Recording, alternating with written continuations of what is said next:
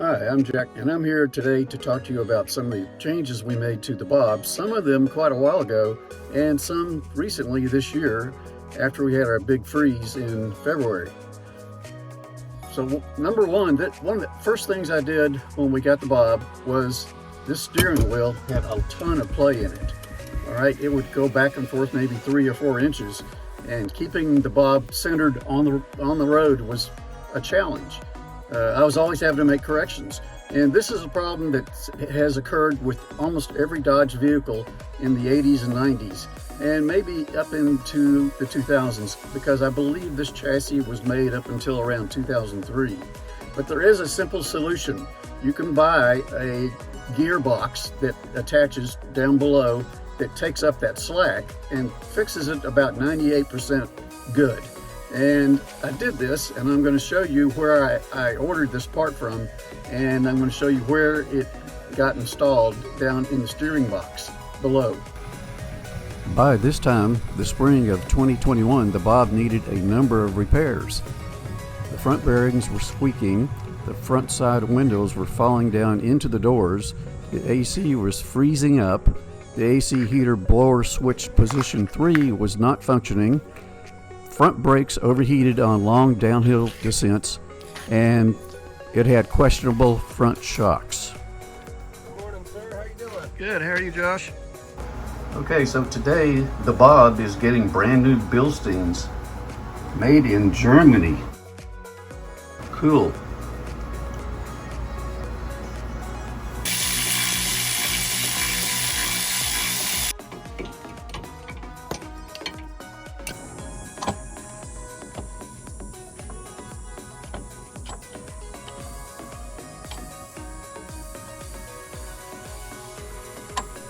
So Josh is having a little problem finding the hole, but eventually he finds it and the new shock slips right into place.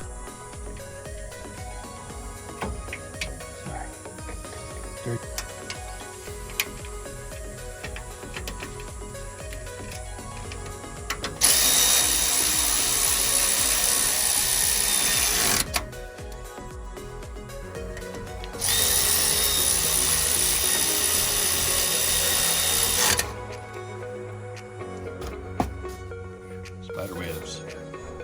So now it's on to the front bearings, which were adversely affected apparently by our big freeze last February, where it got down to 4 degrees for several days.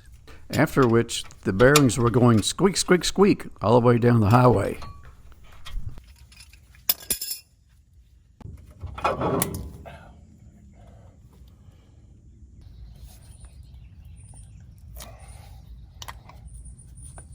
So that's how you press in the seal, huh?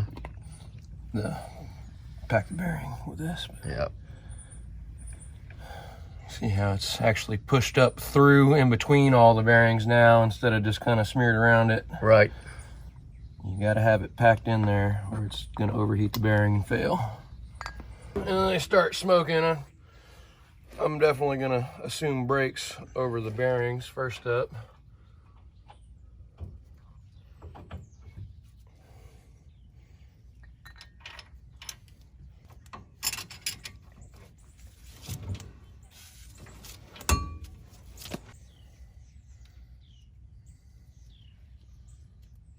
With the new bearings installed, it's time to get on to the new brake pads.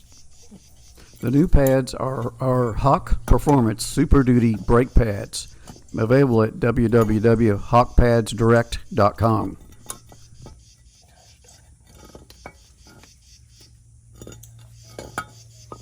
Well, they ought to fit, huh? Yep, those are the right ones. Okay. You don't want these bolts to come out on you. Right.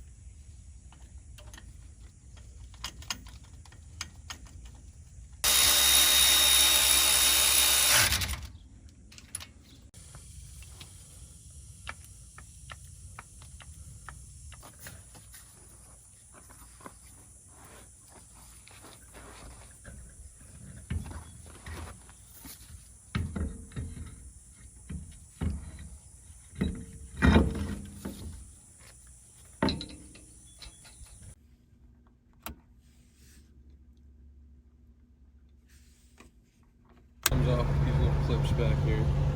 Yeah. Got to be careful since it's 20 some odd years old now. Yeah, that plastic's brittle, I'm sure. Yes.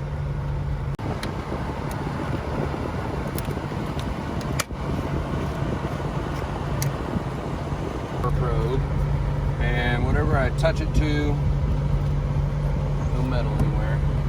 I can tell if we've got power or ground on it. So I get a ground there. Get some power here in a second. And on top of that, I can put power or put ground to something to test it. Gotcha.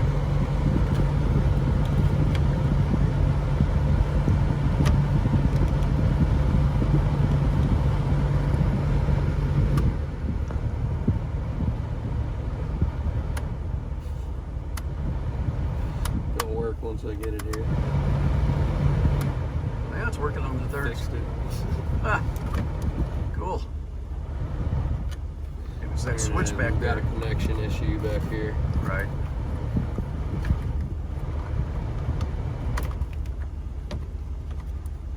Put some, Try and tighten these terminals up a little bit.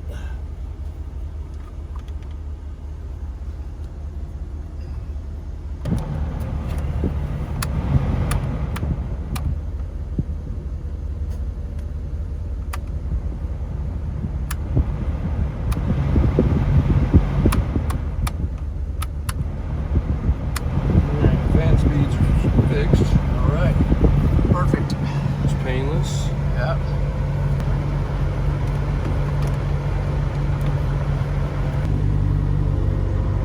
There we go. Everything's moving like it should. I think what's really happening is it's low on freon, so the evaporator core is freezing up. And when it does that, you're going to have reduced airflow out of the vents here. Right. And Okay. it may, you feel like it's not coming out here, or maybe it's coming out somewhere else, but it's really just building up pressure inside of there and leaking out everywhere. So we'll get you charged up correctly, and then I think you'll be okay in that department. Okay.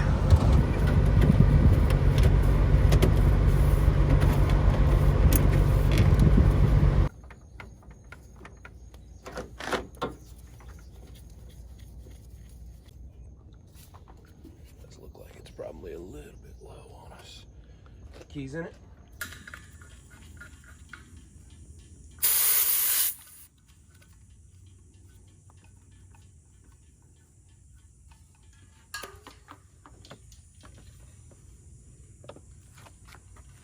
So now it's flowing. It is flowing into the van right now. Looking for 2.13 to 2.87 pounds.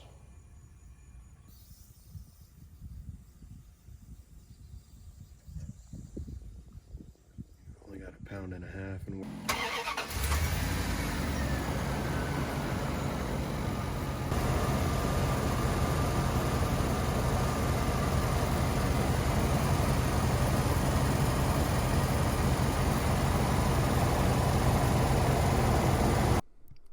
So if you need a mechanic in the Austin, Texas area, be sure and give Josh a shout. One day last spring, we were driving on a short day-long trip to Fredericksburg from Austin, and Monica went to roll this window down, and the window literally fell down inside the door, and to where about half of the window was showing. And then it was out of the track. We couldn't roll it up, so we had to complete the trip back to Austin with the window halfway down, and we immediately knew that we had to call Josh, and Josh hopefully could come out and fix our situation. And so he did. He came out and he did a very professional job. He had to order the parts, which took 2 or 3 weeks to get it to arrive, and then he came out and did first the right window, and then I noticed the left window was also beginning to be wonky and kind of walking back and forth. And so I said, Josh, let's just go ahead and do both of these, because I don't want to be on a trip somewhere and have the driver's side window do the same thing. So anyway, this is how he fixed it. that was put in sideways on here and didn't want to come out, so we had to drill the head off of it to prevent damaging the door panel. Yep. And now we're trying to get the old screw out of here. And what's going on with this one is this plastic piece down here is worn out. That rock in it is what's making the glass rock back and forth on you when you go up and try to bind in the track. Old window regulator, and what was happening is this little plastic piece down here was worn out, causing it to rock back and forth, and that would allow the glass to rock back and try to bind in the track. Right. So we're going to put you a new one in today and stop all that rocking back and forth and binding. Great.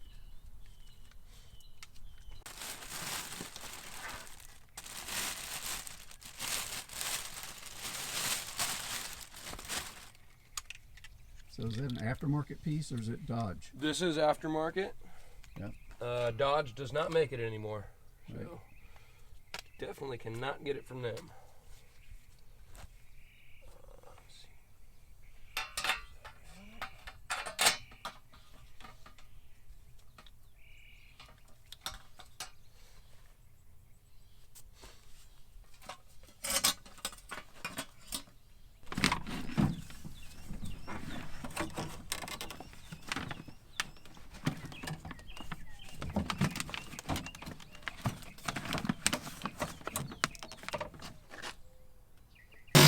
The college kid's car ready to go off to somewhere else. Yeah, definitely get a lot of work that time of year.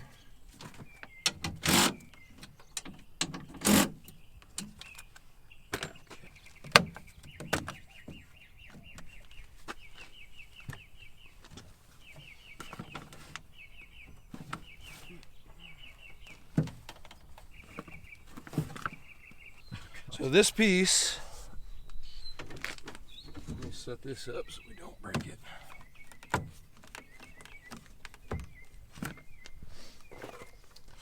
This piece is supposed to be glued to the bottom of the window, to the glass, and then it bolts to the regulator. So we're now going to have to pull the glass out of here and glue it back on there.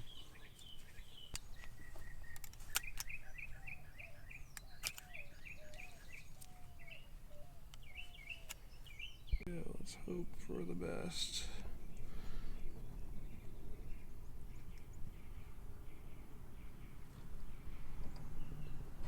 So Josh pointed out that this was likely not the original window, but probably one out of a junkyard because of the writing on there, designating this as the left front window for a Dodge 3500 van. Just trying to fill it up the best we can now. Right. Be nice if this stuff was a little thicker, not so.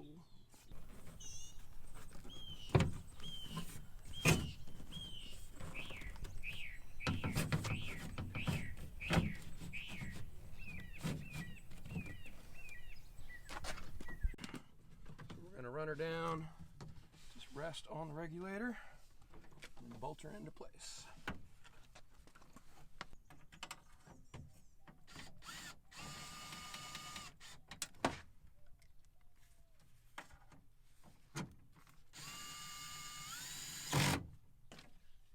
Test swipe, then we'll put the door panel back on.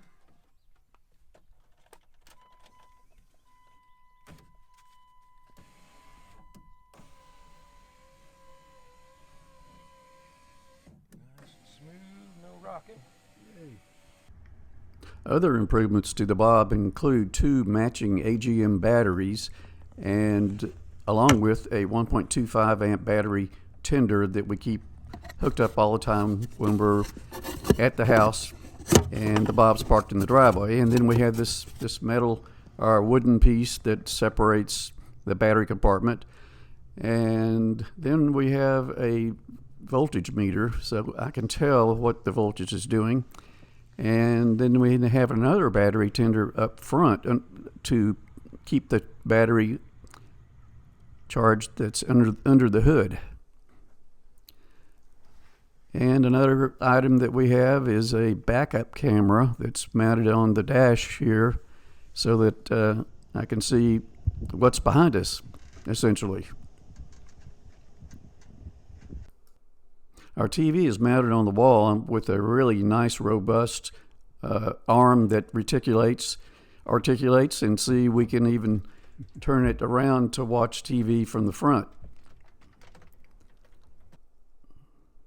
So our bed is made up all the time, and we found this Utopia mattress that's a custom mattress, which is very comfortable. And so now, with the bob full of freon and the windows working properly, we decided to take a quick overnight trip to Inks Lake State Park, located just about 60 miles from Austin, before the winter weather set in. And, we wanted to test the air conditioner to see if it was working properly. So we set up the bob next to the lake. And so here's a leisurely stroll down to the lake. You can see that the water was a bit choppy because it was windy the first day. And you see the lake houses on the other side of the lake. But it's a nice, serene park. It has these old mesquite trees that have been attacked by woodpeckers probably through the decades. The mesquite trees surround the lake. And here's the bob. You can see our Monica and Jack sign is looking a little ragged, so we might have to replace that at some time before we take the next trip. Oh, and here's Howie lounging in the bob. Hey, Howie. And this is the Zozinator, we call her Zoe. Hey, Zoe, what's happening? So this is the little lagoon on the other side of the lake, where it's sort of protected from the wind.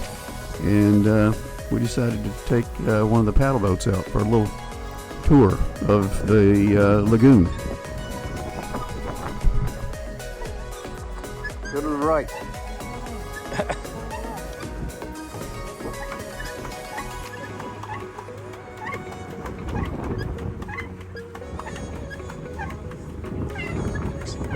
Exciting speed here. Okay, and where's the WD-40?